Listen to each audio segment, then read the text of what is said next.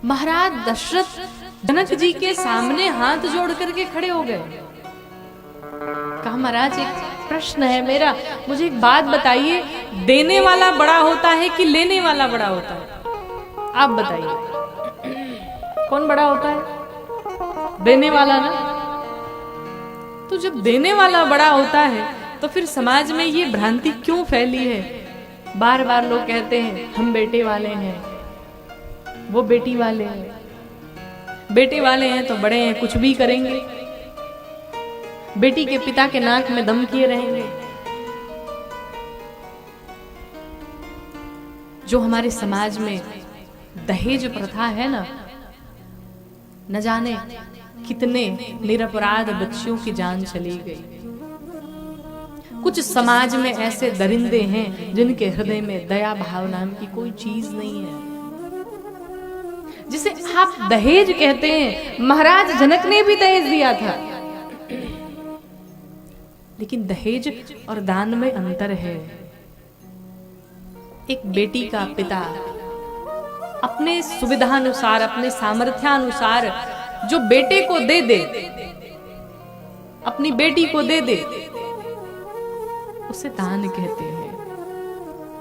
लेकिन दहेज, आजकल लोग जब जाते हैं ना, बेटी का पिता अगर पहुंचता है तो बेटे वाले पहले लंबी सी लिस्ट भेजते हैं, भाई साहब ये हमारी डिमांड है, इतना अगर पूरा कर पाओ तो ठीक, ना कर पाओ तो नमस्ते।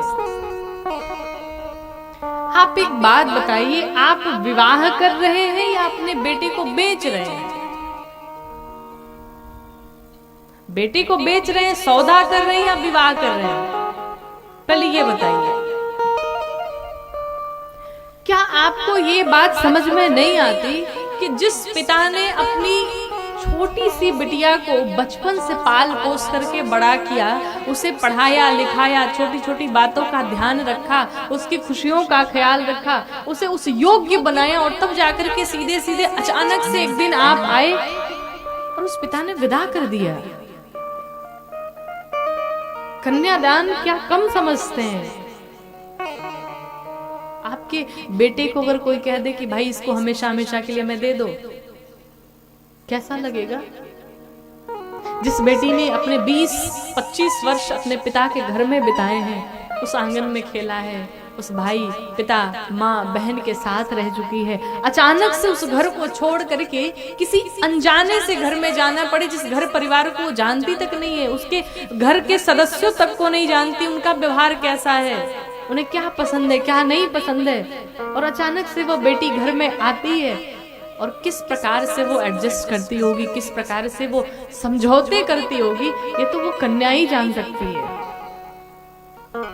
और एक तो वो नए घर में आई और ऊपर से उसे ताने सुनने पड़े, वो भी किस लिए? दहेज के लिए।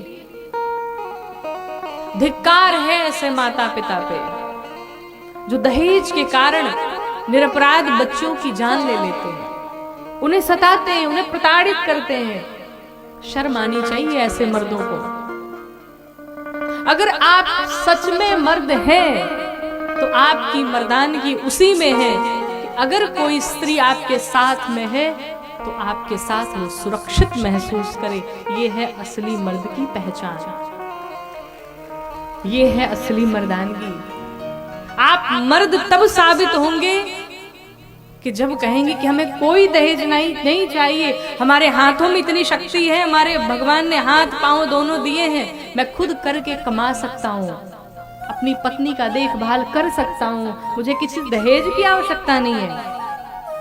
और उन सभी युवाओं भाइयों से, जो भी लोग बैठे हुए हैं, जो भी मैं सुन रहे हैं लाइव, उन सभी से हम निवेदन करना चाहेंगे कि अगर इस कुप्रथा को मिटाना है तो हमारे युवाओं भाइयों को इस साथ में आना पड़ेगा।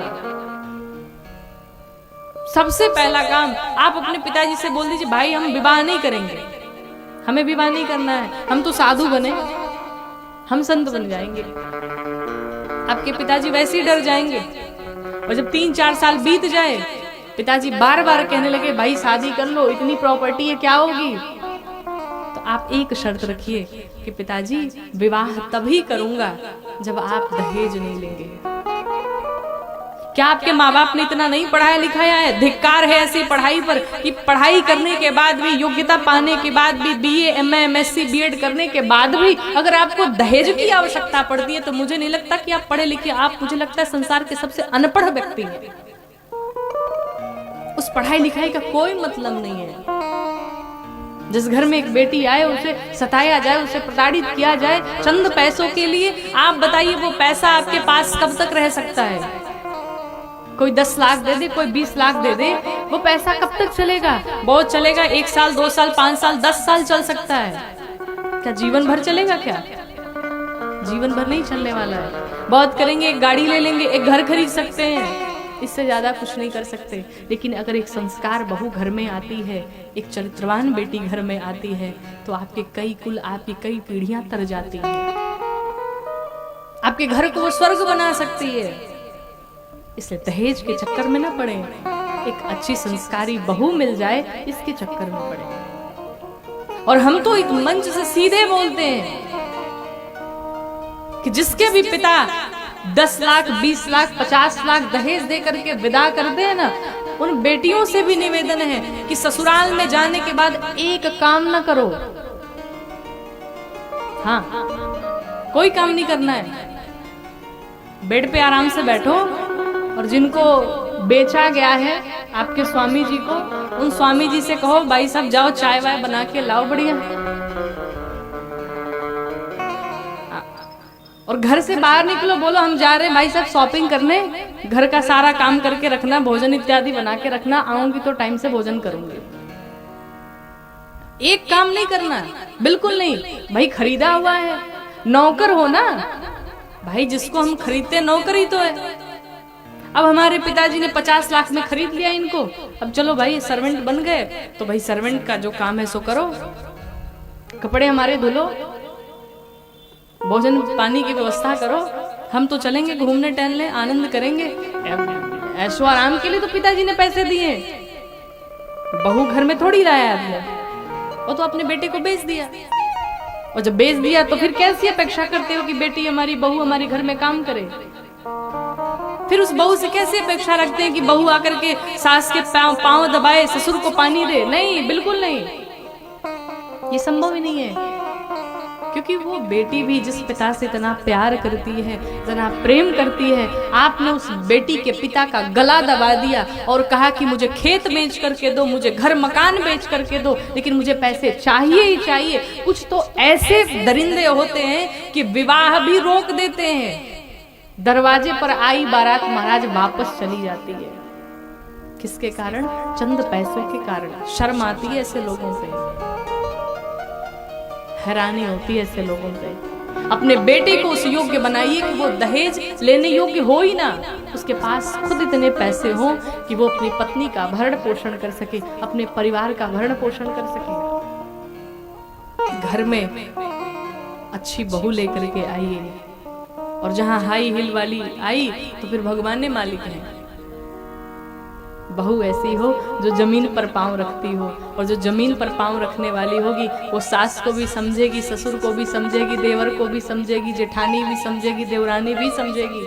लेकिन जिसके पांव इतने ऊपर हैं वो नहीं समझने वाली है, और वो वही होगी जिसने इतने सारे दे करके आए हैं। एक बेटी का विवाह करने में, जब एक बेटी घर में होती है ना, जिस दिन पैदा होती है उसी दिन से उसके माँ बाप लग जाते हैं उसके विवाह की चिंता में। ये बड़ी होगी, इसका विवाह करना पड़ेगा। माँ बचपन से ही कभी उसके नाक में का बनवाए, कभी उसके पायल बनाए, कभी उसके गले का बनाए, कभी उसके हाथ का बनवाए। क्यों? धीरे धीरे व्यवस्था करनी है, इसका विवाह करना है। बचपन से ही तैयारी में लग जाते माता पिता दोनों। बेटी का विवाह करना है, बिटिया का विवाह करना है, बिटिया का विवाह करना है।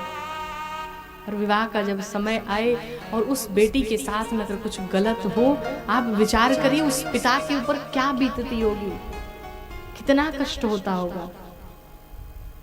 कुछ लोग ऐसा भी करते हैं, बेटियों के विवाह में जब कभी भी जाइए ना, खाली हाथ में जाइए, किसी भी बेटी के विवाह में पहुंचिए। और हम तो कहते हैं निमंत्रण न भी हो तो पहुंचिए वहां पर, और जा करके आप जिस योग्य हो उस बेटी की सहायता करें। अब बड़े लोगों के घर में पहुंचे ना पहुंचे, क्योंकि बड़े लोगों के घर में ढेर सारे गुलदस्ते होते, वहां गिफ्ट की कोई कदर नहीं होती, क्योंकि बहुत सारे लोग होते देने वाले। लेकिन अगर कोई गरीब पिता है उसके घर जरूर पहुंचिए और आपसे जो बन पड़े अवश्य करिए, क्योंकि एक गरीब के घर में अगर पहुंचते हैं, वो गरीब के पास अगर एक गुलदस्ता आ जाता है ना, उसे 10 बार देखता है, भाई साहब ने दिया है, बड़ा सम्मान रहता है। और एक गरीब व्यक्ति समझ सकता है गरीबी क्या होती है, और उस गरीबी में होने के बाद भी अगर वो अपनी बेटी का विवाह कर रहा है तो उसका सहयोग करिए। कई बार लोग बेटियों के विवाह से आते हैं, पूछा जाता है भाई गए थे क्या हुआ, तो लोग कहते सब्जी में थोड़ा नमक कम था, सब्जी में नमक कम था। अरे शर्म नहीं आती? जिस नमक के लिए पूरे जीवन भर उसने कमाई की, बुढ़ापा आ गया उसका, और आज बेटी का विवाह करने गया और उसी नमक की तुम बुराई करते हो। अरे कुछ कमी भी रहे तो उसे ढक देना चाहिए कि नहीं बहुत सुंदर, बहुत अच्छा। हर एक पिता का सहयोग करना चाहिए।